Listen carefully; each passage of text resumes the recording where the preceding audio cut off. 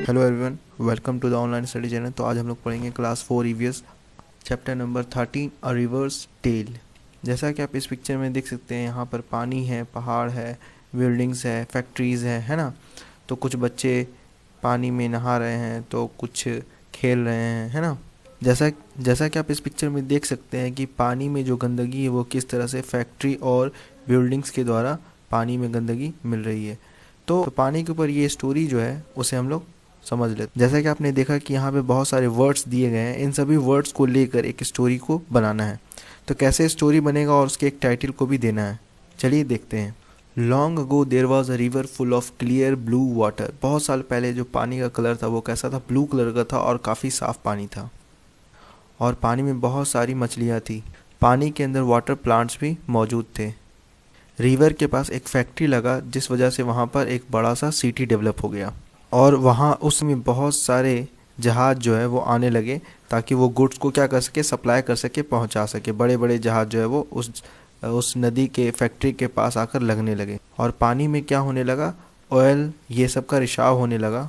पानी में जो ऑयल है वो मिक्स होने लगा और फैक्ट्रीज़ के द्वारा जितनी भी गंदगी है वो सारे चीज़ों को पानी में ही छोड़ा जाने लगा, जिस वजह से पानी जो है वो पॉल्यूटेड हो गया, वो पानी जो है वो गंदा हो गया। और उस जगह पर बहुत सारे ऐसे लोग हैं जो क्या कर रहे हैं, पानी में ही कपड़े को धो रहे हैं और अपने जानवरों को भी उसी नदी में नहला रहे हैं। इस तरह से जो नदी का पानी है जिसका कलर जो है वो चेंज हो गया। पानी जो है वो काफ़ी ख़राब हो गया और काफ़ी गंदा स्मेल भी करने लगा।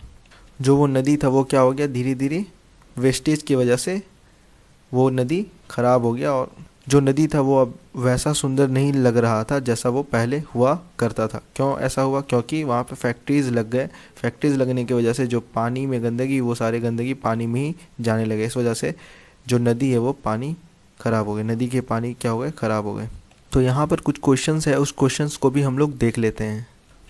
तो क्वेश्चन ये है, जब वो नदी वहाँ से शुरू हुई थी तो उसके कलर कैसे थे पानी के। तो आंसर ये होगा कि जहाँ से नदी की शुरुआत हुई वो पानी जो है वो कलरलेस था, रंगहीन था। और जब उस पानी को दूर से देखा जाता था वो कैसा दिखता था, ब्लू कलर का दिखता था। नेक्स्ट क्वेश्चन के जो आंसर है आपको इस पिक्चर को देखकर देना है। तो पॉइंट ये है कि कुछ जगहों पर जो है बहुत ज़्यादा मछली है पानी में, और कुछ जगहों पर बहुत ही कम मछली है पानी में, और कुछ जगहों पर मरी हुई मछली जो है वो पाई जाती है। तो इसके पीछे रीज़न क्या है, इसके बारे में बताएं। तो इसके आंसर ये होंगे कि मछली जो है उसे फ्रेश वाटर चाहिए, अच्छा पानी चाहिए। और आपने देखा है कि कई जगहों पर बहुत ज़्यादा मछली पाई जाती है। इसके पीछे रीज़न है ये है कि वहाँ पे पॉल्यूटेड नहीं होगा वाटर, इसलिए। और कुछ जगहों पर जैसे बिग टाउन्स, डोमेस्टिक वेस्ट और फैक्ट्री वेस्ट की वजह से जो नदी है वो काफ़ी गंदा हो जाता है, पॉल्यूटेड हो जाता है। बहुत ही कम मछली जो है वो पाई जाती है और ज़्यादातर मछली वो क्या हो जाती है, मरी हुई पाई जाती है। इसके पीछे रीज़न क्या है, पॉल्यूटेड वाटर। तो इस तरह से आप इस आंसर को लिख सकते हैं। नेक्स्ट क्वेश्चन ये है कि what can be seen in the river before it reaches the village. तो क्वेश्चन ये है कि गांव पहुंचने से पहले जो नदी है उसमें क्या क्या देखने को मिलता है। तो हम लोग कह सकते हैं कि गांव पहुंचने से पहले जो नदी है उसमें बहुत ज़्यादा मात्रा में मछली देखने को मिलता है। नेक्स्ट क्वेश्चन ये है कि ऐसे कौन से प्लेस पे पानी के जो कलर है वो नदी में बदल जाते हैं, और ऐसा क्यों होता है इसके बारे में बताएं। तो इसके आंसर ये हो सकते हैं, जो रिवर है उसके जो कलर है उसमें चेंजेस जो आता है वो कहाँ होता है, विलेजेस, गांव के साइड में और टाउन के साइड में ऐसा नदी के रंग में जो है वो चेंज आ जाता है। नेक्स्ट क्वेश्चन उसमें ये था कि जो नदी है उसके रंग में इस तरह के बदलाव क्यों होते हैं, चेंजेस क्यों आते हैं। तो इसके आंसर ये होंगे कि मेनली ड्यू टू पॉल्यूशन की वजह से उसमें नदी के जो रंग है उसके रंग में बदलाव आते हैं। नदी में जो पॉल्यूशन है वो लोगों के द्वारा फैलाए जाते हैं। लोग क्या करते हैं, उस नदी में पानी में कुछ भी फेंक देते हैं, कोई भी वेस्टेज है वो उसी नदी में फेंक देते हैं। इस वजह से जो नदी है वो काफ़ी गंदी हो जाती है और पॉल्यूटेड हो जाती है। नेक्स्ट क्वेश्चन ये है कि आप कौन से जगह पे रहना पसंद करेंगे और क्यों। तो मोस्टली लोग यही कहेंगे, I would like to live in the place which we are not polluted in order to live a healthy life. तो लगभग लोग वही कहेंगे कि मैं उस जगह पे रहना पसंद करूँगा जहाँ पर गंदगी ना हो, जहाँ पे पॉल्यूशन ना हो, अपने अच्छे लाइफ के लिए, ठीक है। बट तो लगभग लोग यही कहेंगे कि जो भी वेस्टेज है नदी के आसपास वो सारे वेस्ट को क्या करेंगे, साफ़ करना चाहेंगे, और जो नदी है उसे गंदा होने से बचाएंगे, पॉल्यूटेड होने से बचाएंगे। नेक्स्ट क्वेश्चन ये है कि अगर आपको पानी पीना हो तो रिवर यानी कि नदी के कौन से हिस्से से आप पानी पीना पसंद करेंगे और क्यों। तो सभी लोग आंसर यही देंगे कि पानी जो है जहाँ से निकल रही है वहाँ से हम लोग पानी पीना पसंद करेंगे, क्योंकि जहाँ से पानी जो है निकल रही है वहाँ पर पानी क्या है, प्योर है, साफ़ है और उसमें गंदगी नहीं मिक्स है। ठीक, तो नेक्स्ट क्वेश्चन ये है कि आपने लास्ट पार्ट के पिक्चर में देखा कि जो नदी है वो समुद्र में जाकर मिल रही है।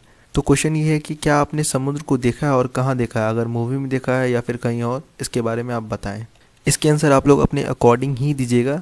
एज एग्जाम्पल आप लोग इस तरह से भी लिख सकते हैं, हाँ मैंने समुद्र देखा है और वो फिल्मों में देखा है, और इसके अलावा मैं जब मुंबई गया था तो वहाँ पर भी समुद्र को देखा था। और तो इस तरह से आप लोग भी अपने अकॉर्डिंग इस आंसर को लिख सकते हैं।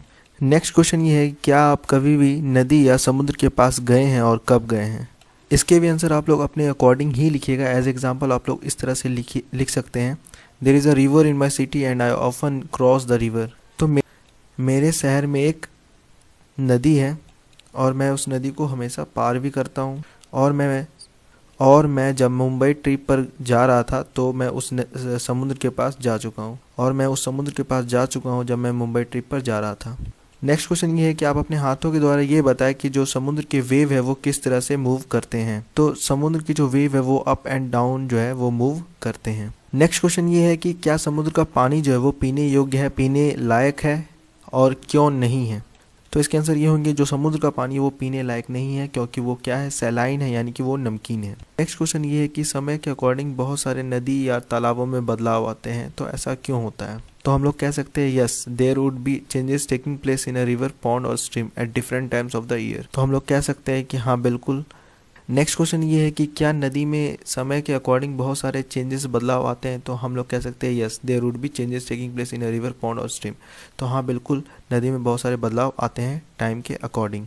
बढ़ते हैं अगले क्वेश्चन की ओर। तो किस प्रकार के जो चेंजेस है वो नदी में आते हैं। तो हम लोग कह सकते हैं कि रेनी सीजन यानी कि बरसात के समय पानी का जो लेवल है वो ऊपर उठ जाता है नदी में, तालाबों में, है ना। और जबकि अप्रैल और मई में जो है पानी का जो लेवल है वो काफ़ी नीचे चला जाता है। बढ़ते हैं अगले क्वेश्चन की ओर। क्या नदी और तालाबों में रेनी सीजन के time same amount of water रहता है, यानी कि वही अमाउंट में जो पानी है वो मौजूद रहता है। तो हम लोग कह सकते हैं कि रेनी सीजन के समय जो पानी जो रहता है वो बहुत ज़्यादा रहता है, और समर सीजन में पानी जो रहता है वो काफ़ी कम रहता है। नेक्स्ट क्वेश्चन ये है कि क्या आपके शहर या सिटी में पॉन्ड या रिवर है आपके घर के पास। अगर है तो आप लोग लिख सकते हैं yes, there is a river near my town. तो नेक्स्ट क्वेश्चन ये है कि क्या पानी के अंदर समर सीजन, रेनी सीजन और विंटर सीजन के टाइम बदलाव आते हैं। तो हम लोग कह सकते हैं yes, in summer water level decreases. गर्मी के समय जो पानी का जो लेवल है वो काफ़ी घट जाता है, और रेनी सीजन के टाइम में पानी का जो लेवल है वो काफ़ी बढ़ जाता है, मैक्सिमम हो जाता है। और विंटर के टाइम में पानी का जो लेवल है वो मिडिल रहता है, मिडिल लेवल पे, यानी कि मीडियम रहता है। ठीक है।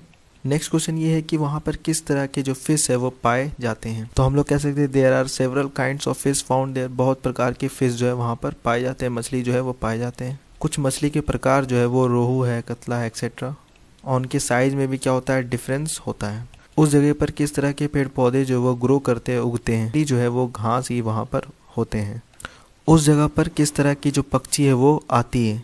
तो उस जगह पर किस तरह के बर्ड्स जो है वो आते हैं, इसके बारे में बताएं। तो आप लोग कह सकते हैं ईगल, क्राउ, स्वैन एक्सेट्रा, इस तरह के पक्षी जो है उस जगह पर देखने को मिलते हैं।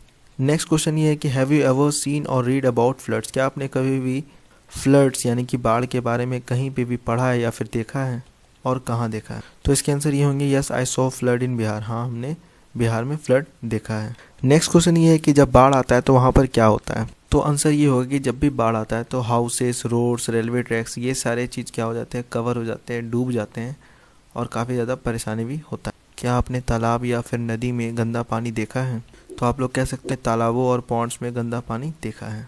कैसे आपको पता चलता है कि जो पानी है वो गंदा है।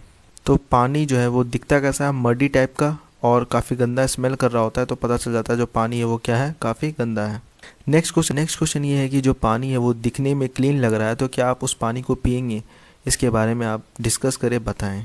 तो इसके आंसर ये होंगे कि जो पानी दिखने में क्लीन है, हो सकता है कि वो पीने में अच्छा ना हो, क्योंकि उसमें जर्म्स क्या होंगे, मौजूद हो सकते हैं। तो इसलिए वो पानी को नहीं पीना ही बेहतर होगा। That's it. तो ये था पार्ट 1। फिर मिलते हैं पार्ट 2 में। ऑनलाइन स्टडी चैनल को अभी तक आप लोगों ने सब्सक्राइब नहीं किया तो सब्सक्राइब कर ले, इस वीडियो को लाइक करें और अपने दोस्तों के बीच शेयर करें। Thank you so much for watching this video. Good bye.